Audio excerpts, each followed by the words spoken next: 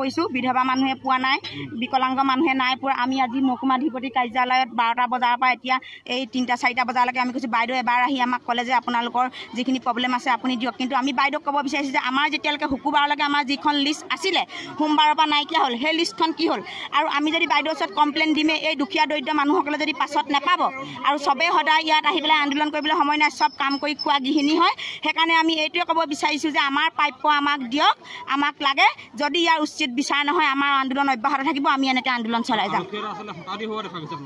হতাহতি হৈছে আৰক্ষীয়ে আমাক হতাহতি কৰিবলৈ বাধ্য হৈছে আমি বাইদেৱে যেতিয়া আমাক বিচাৰ কৰিবলৈ অহা নাই সেইকাৰণে আমি ভিতৰলৈ সোমাই যাবলৈ আমি আগুৱাই গৈছোঁ আৰু তেতিয়া আৰক্ষী হেতি আমাৰ মহিলাৰ লগত হতাহতি হৈছে চৰকাৰে আমাক কৈছিলে হেৰি দুখীয়া মানে দৰিদ্ৰ মানুহবোৰে পাব বুলি আমাৰ নামটো লিখিছিলে কালি আছিলে নামটো আজিয়ে সেই কাটি দিলে কাটন কৰি দিলে নাইকিয়া হৈ গ'ল যদি আমি নাপাওঁ দুখীয়া সমাজে আৰু বাকী থকাকেইটাও পাব নালাগিব এইটো অৰুণোদয় আঁচনিটো বন্ধ হৈ যাব লাগিব ক'ত ইয়াত আমাক ঠেলা ঠেলি কৰিছে আৰু পুলিচে মাৰপিট কৰিবলৈ বিচাৰে আমি দুখো পাইছোঁ হাতত ND24